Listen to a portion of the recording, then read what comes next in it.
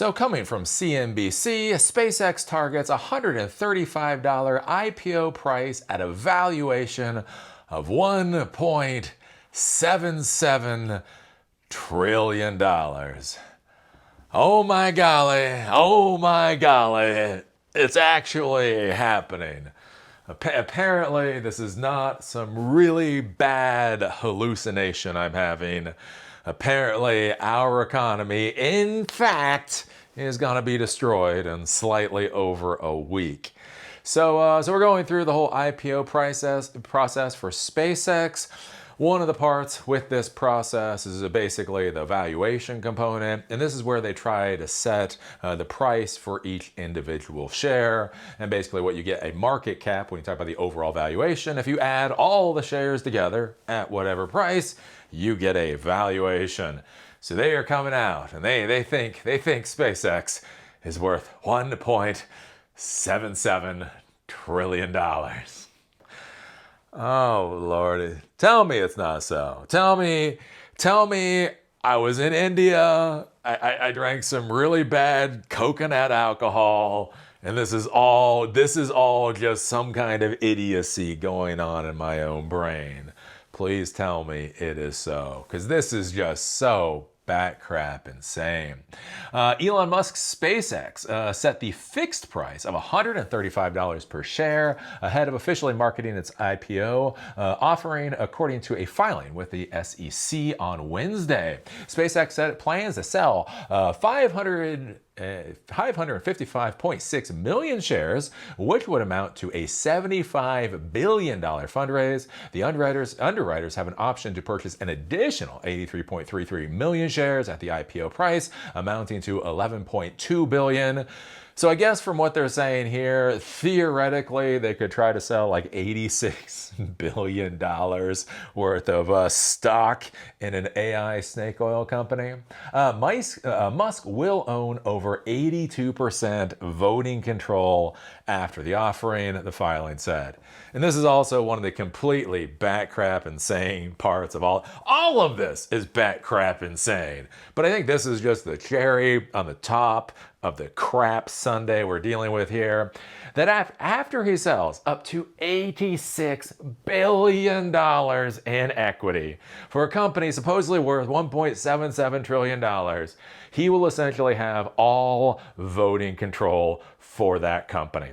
No matter how much of that company you buy, he will retain voting control, which is just absolutely insane, especially for a corporation of that size. That there is nada checks or balances on a man that appears, in my less than humble opinion, to be mentally unstable, right? We've seen the crap that Elon Musk has pulled, and he wants to be in control of almost a $2 trillion company, and nobody can say boo to whatever it is that he wants. That is just beyond insane. Let's see. Typically, at this stage of the process, new issuers will offer a price range that allows a company and its advisors to gauge demand sensitivity at different levels. In this case, SpaceX took a more unique approach after a slew of testing the waters meetings leading up to the roadshow launch. At the $135 per share price tag, SpaceX will be valued at $1.77 trillion, which assumes EchoStar Spectrum and Cursor transactions close. The valuation would make SpaceX the 7th biggest company in the U.S. by market cap, and put it above Tesla, which is valued at about $1.6 trillion. So I mean, think about that for a second, right?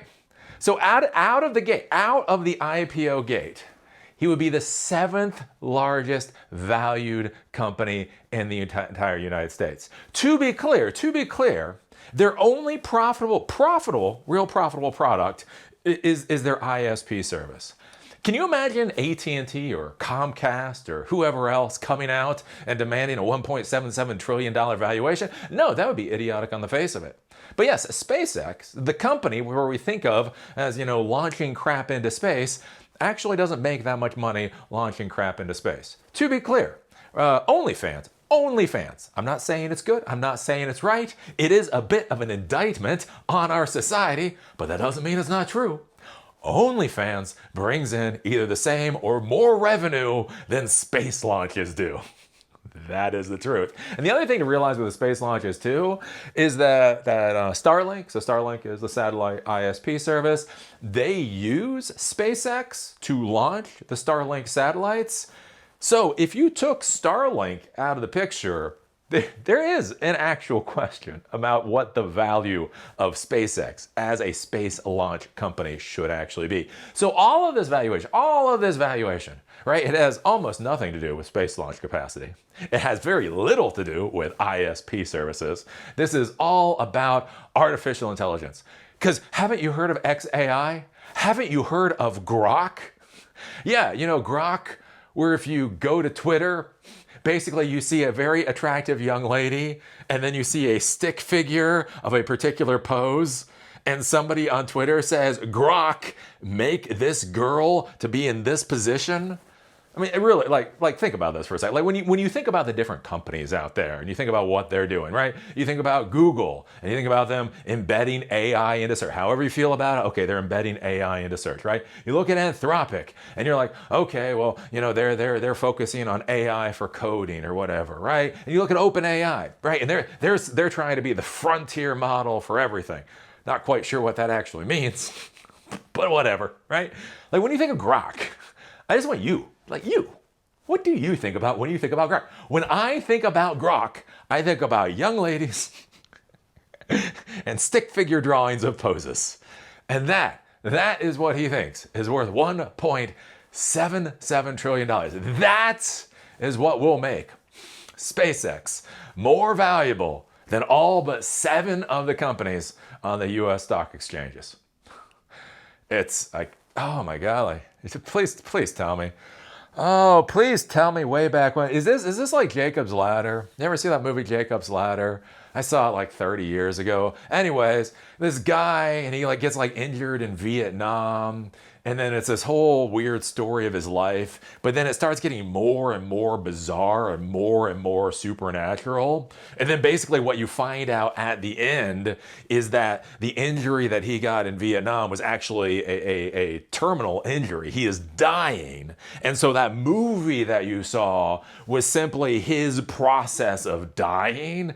Oh, right, is that what's happening here?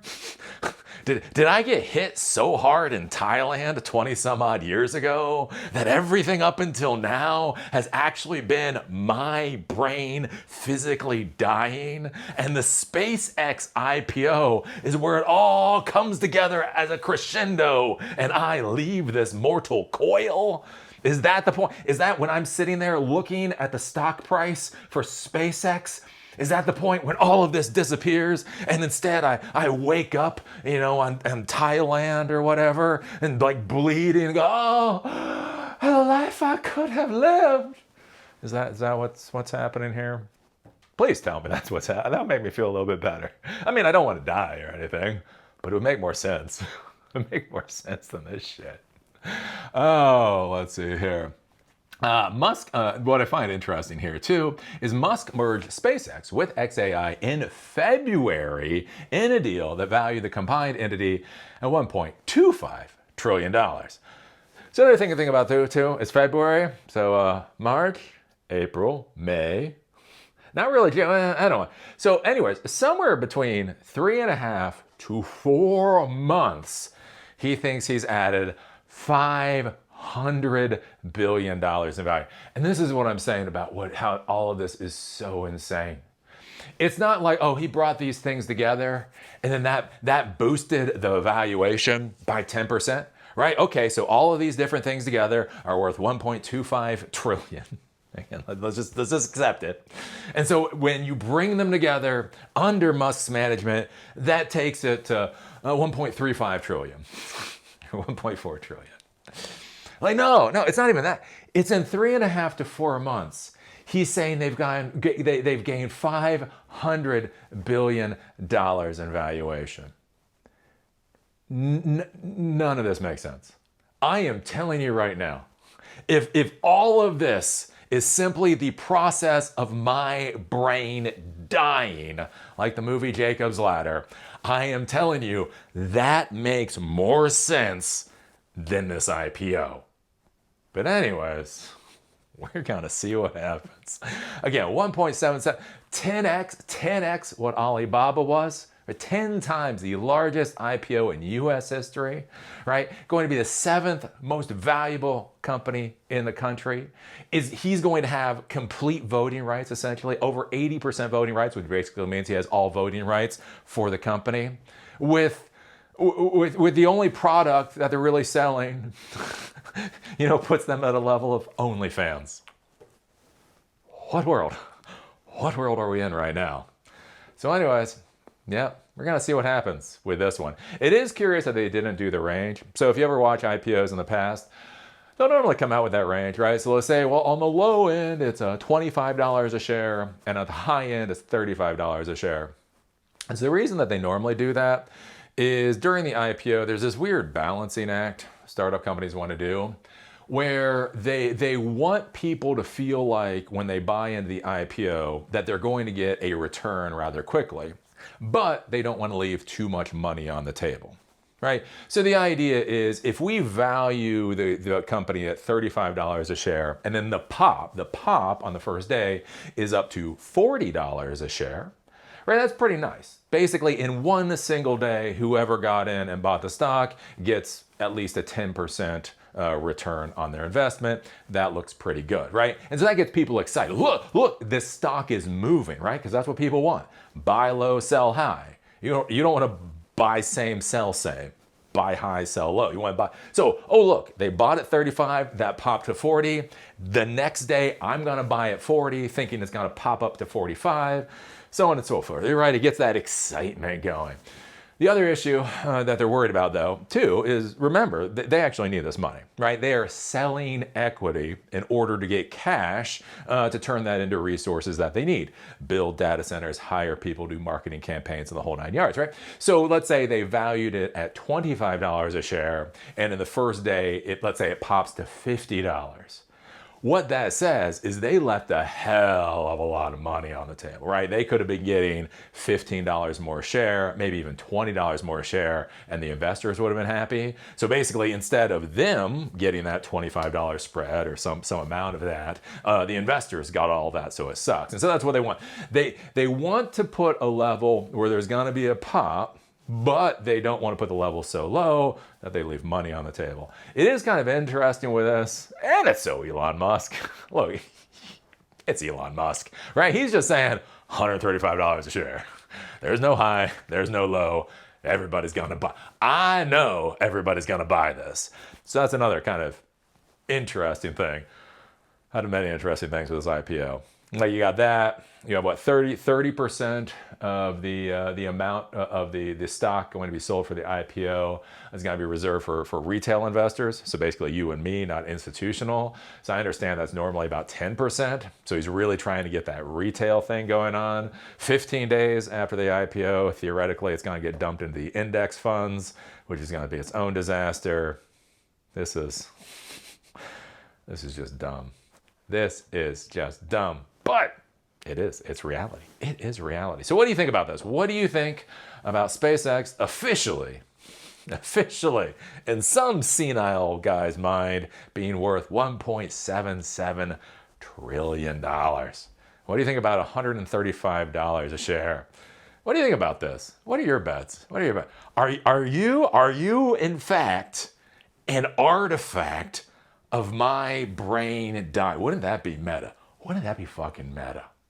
Like, what if you are watching me as I contemplate my brain going through terminal decline?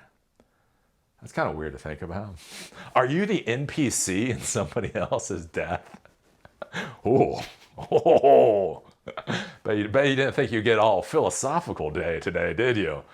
Anyways, I gotta say, that would still make more sense than this. Anywho, put your thoughts down below. If you like these episodes, do remember they are on Spotify and on Apple Podcast. Link is in the doobly-doo. Also, if you like to follow me on LinkedIn, there's a link down there too. With that, see y'all later.